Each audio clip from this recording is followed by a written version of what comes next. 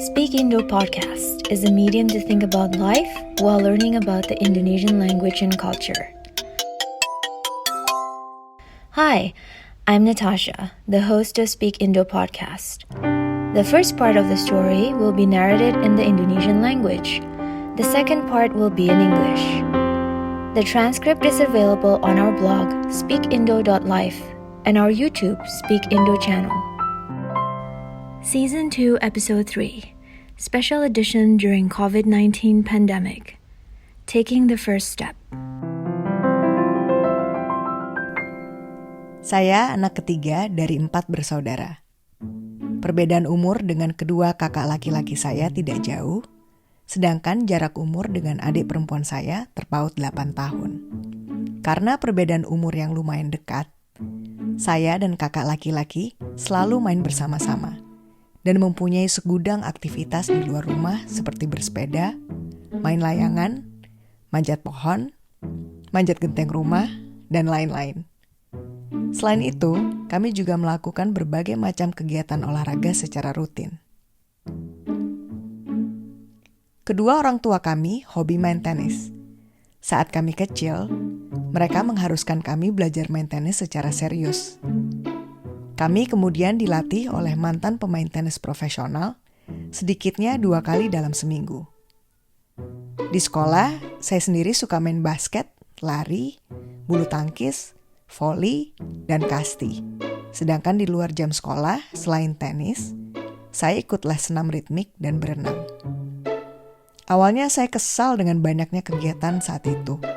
Namun sejalan dengan proses yang saya lalui, lambat laun saya menjadi terbiasa dan bahkan senang menjalani ini semua. Saat memasuki sekolah menengah, kegemaran berolahraga saya berkurang. Saya lebih tertarik melakukan berbagai macam kegiatan bersama teman-teman seperti pergi makan dan nonton film di bioskop. Dinamika masa anak baru gede inilah yang lambat laun menghilangkan nilai kedisiplinan yang sudah susah payah orang tua saya tanamkan sebelumnya. Di masa ABG ini justru rasa malas yang mendominasi. Berdekade-dekade berikutnya, saat saya sudah menikah dan mempunyai anak, saya masih saja suka malas untuk bergerak. Banyak sekali alasannya seperti, lagi gak enak badan, udara lagi gak mendukung nih, atau malas deh olahraga sendirian, dan segudang alasan lainnya. Dinamika keluarga pun saya jadikan alasan. Saat ini, karena pekerjaan suami, kami berpindah-pindah tempat tinggal lintas negara setiap 1-3 tahun. Terakhir, kami ditempatkan di suatu negara di Amerika Selatan selama 3 tahun. Saya membutuhkan waktu yang tidak singkat untuk menjalani penyesuaian di berbagai aspek kehidupan di sana, karena perbedaan kultur dan bahasa. Singkat cerita, hanya di tahun terakhirlah saya bisa berolahraga rutin. Saya pikir lebih baik terlambat daripada tidak sama sekali. Saya memutuskan untuk memulai berolahraga dengan kegiatan yang sederhana, berjalan kaki. Setiap hari saya jalan kaki sejauh 5 km di taman terbuka yang jaraknya tidak jauh dari rumah. Setelah beberapa bulan, saya menantang diri sendiri untuk melakukan sesuatu yang lebih intensif lagi. Saya kemudian memilih kegiatan fisik High Intensity Interval Training atau yang disingkat HIIT. Bergabunglah saya dengan grup HIIT yang dipimpin oleh pelatih profesional di taman terbuka yang sama. Mayoritas peserta di grup HIIT ini adalah para manula. Ada seorang figur bapak berumur 70 tahun yang semangatnya luar biasa. Tidak peduli hari lagi mendung, hujan, atau terik, dia selalu ada. Setiap hari, saya selalu menemukan motivasi baru dari beliau maupun dari peserta-peserta lainnya. Sayang sekali, rutinitas yang saya coba lakukan ini tidak berumur panjang, karena waktunya sudah tiba bagi kami saat itu untuk pindah ke Amerika Serikat. Sedih rasanya harus meninggalkan rutinitas HIIT ini dan berpisah dengan komunitas yang menyenangkan. Kami kemudian melakukan perjalanan ke negara bagian California, Amerika Serikat, daerah asal suami saya, untuk menghabiskan liburan musim panas. Kami tinggal bersama keluarga suami saya selama 2 bulan. Di sini, kami lebih sering menikmati waktu di rumah, berkumpul bersama keluarga besar, makan bersama, dan berbincang-bincang. Kegiatan olahraga sangat minimal, nyaris tidak ada. Setelah 2 bulan masa transisi di California, kami pindah ke negara bagian Virginia untuk memulai kehidupan baru kami selama 1 tahun. Dinamika yang kami jalani berbeda lagi. Anak saya mulai sekolah, suami mulai bekerja, dan saya kembali menjalankan rutinitas sebagai ibu rumah tangga. 1 tahun adalah waktu yang relatif singkat. Saya tahu bahwa saya tidak bisa menunda-nunda untuk berolahraga. Saya langsung mendaftarkan diri menjadi anggota Sanggar Hot Yoga di daerah tempat kami tinggal. Di bulan pertama, bulan September, saya latihan yoga 3 kali dalam seminggu. Di bulan berikutnya, saya tingkatkan frekuensi latihan menjadi 4-5 kali dalam seminggu. Dari sisi teknis tentunya, tidak mudah menjalankan latihan hot yoga, terutama bagi seorang pemula seperti saya. Karena suhu ruangan yang panas dan dinamika yang intens, latihan ini sangat menguras tenaga. Namun, saya berusaha untuk fokus pada tujuan. Dan di saat kemalasan melanda, saya semakin sadar bahwa rasa malas inilah yang justru harus saya lawan saat itu juga. Sampai pada bulan November di mana sanggar yoga tersebut memperkenalkan tantangan bertema 30 hari bersyukur. Partisipan ditantang untuk melakukan latihan sebanyak 30 kali dalam 30 hari.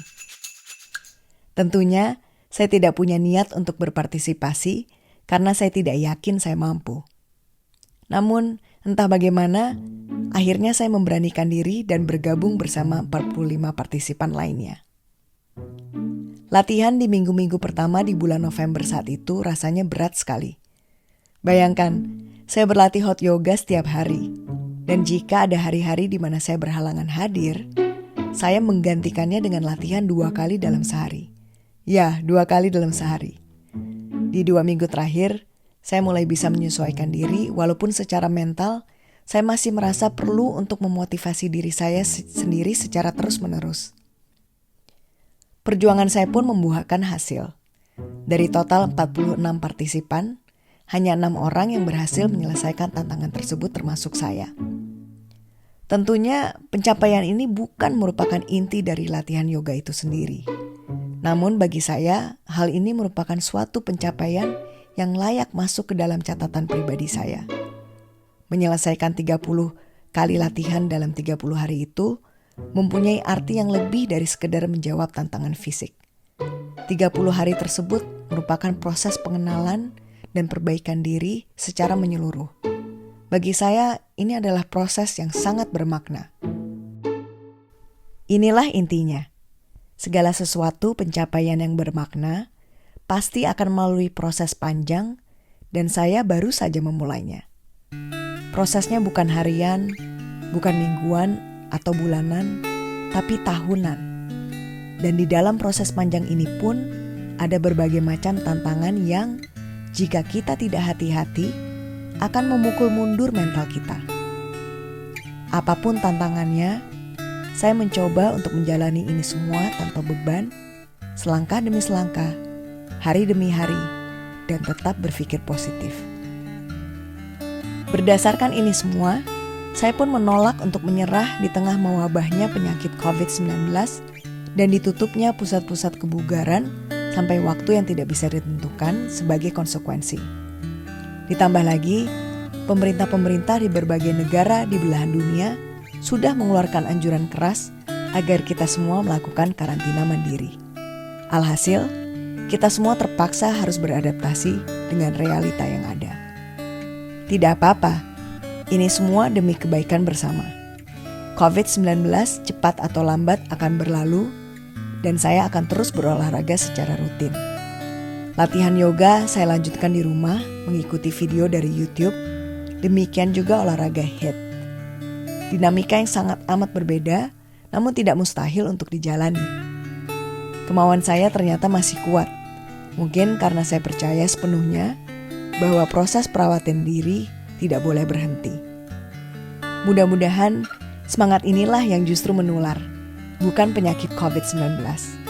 Dan semangat inilah yang bisa memotivasi kita semua untuk menguatkan niat, komitmen dan disiplin, mengambil langkah pertama, menikmati proses, dan berdamai dengan apapun dinamika yang hadir di dalam proses tersebut.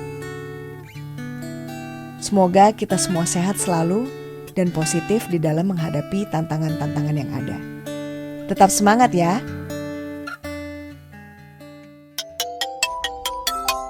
The next one will be the English version of the story.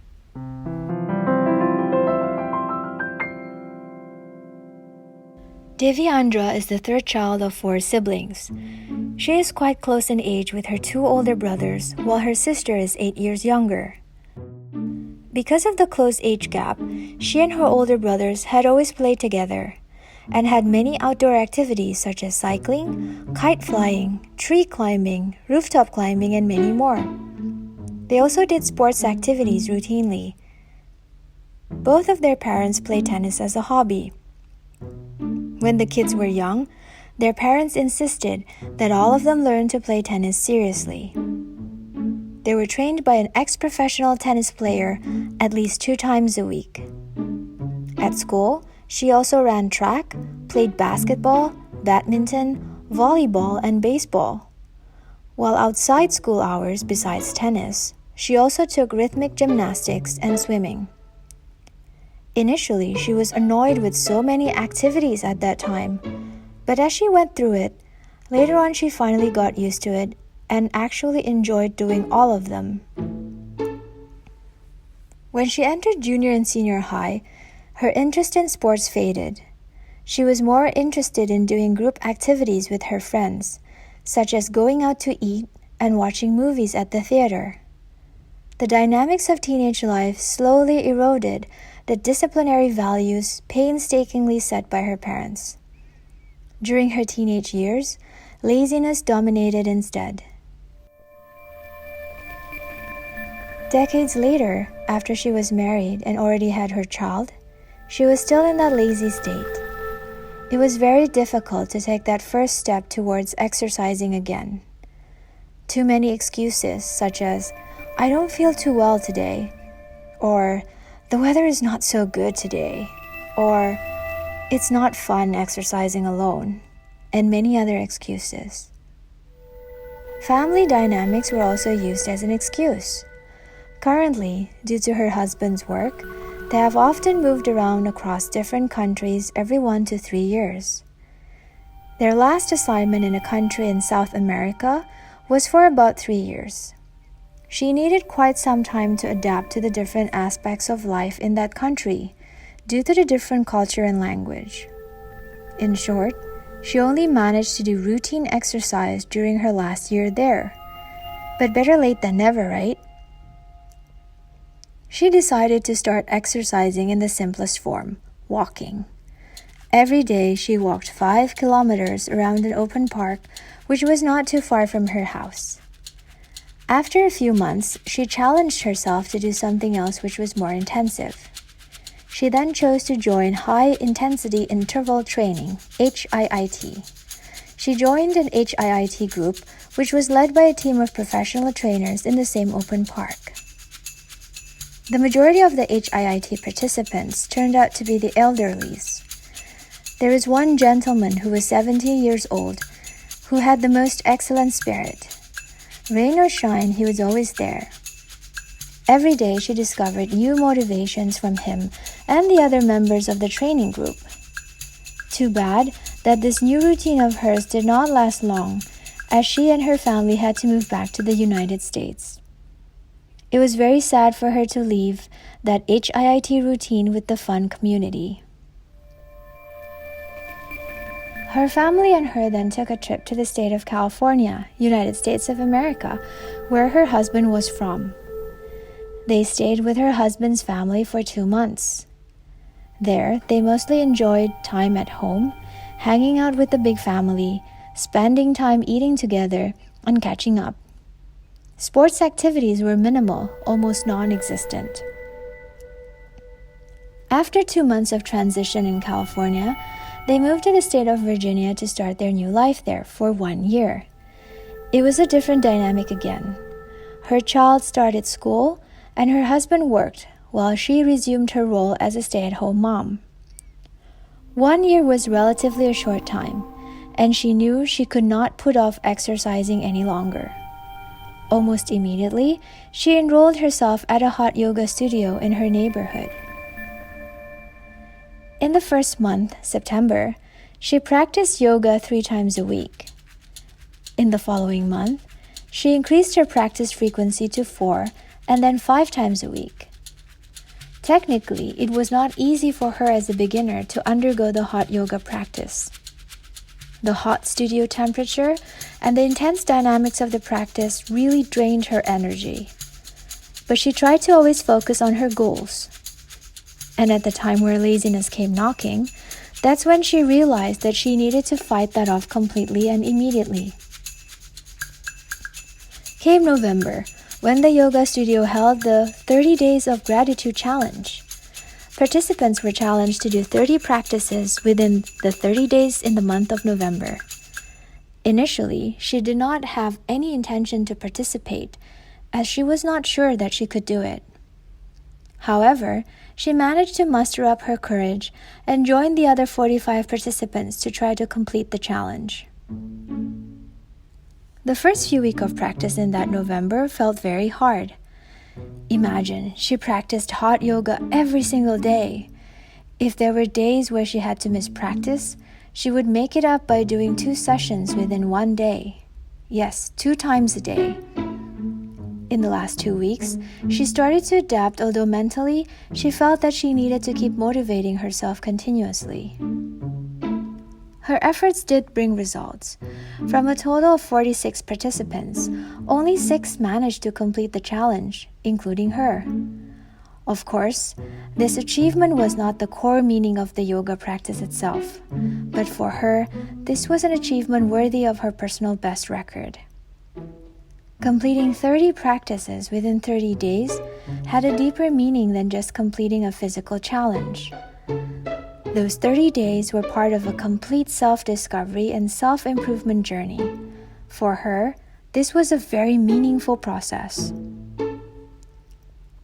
The point was that any meaningful achievement for sure had to undergo a long process, and she had just started it. The process would not take days, weeks, or even months, but years. And during this long process, there would be many challenges where, if we were not careful, would undermine our mentality. Whatever the challenge, she would try to continue the process without viewing it as a burden, step by step, day by day, and by keeping a positive attitude. Based on all of this, she refused to give up in the midst of the COVID-19 pandemic and the closing of many fitness centers until an unknown date as the consequence. To add to that, governments from various countries all over the world have strongly mandated all to do self-quarantine. As a result of that, everyone had to adapt with the current reality. Nevertheless, this was for the good of everyone. COVID-19 sooner or later would pass, and she would keep exercising routinely.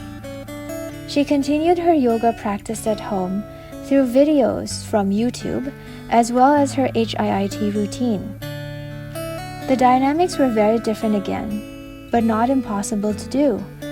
Her will was apparently still strong, maybe because she fully believed that self-caring should not stop. Hopefully, the spirit can be infectious instead of the COVID-19 disease, and the spirit could help motivate us all to strengthen our will, commitment, discipline to take that first step, enjoy the process, and make peace with whatever dynamic presented itself in that process. May we all stay healthy and positive in facing any challenges that might come. Keep up the spirit. This is a story from Deviandra. She is originally from Jakarta, Indonesia, and currently she lives in Virginia as a housewife. This is one of our special editions as we face COVID-19 pandemic. We'd like to extend our deep condolences to those who have lost their loved ones.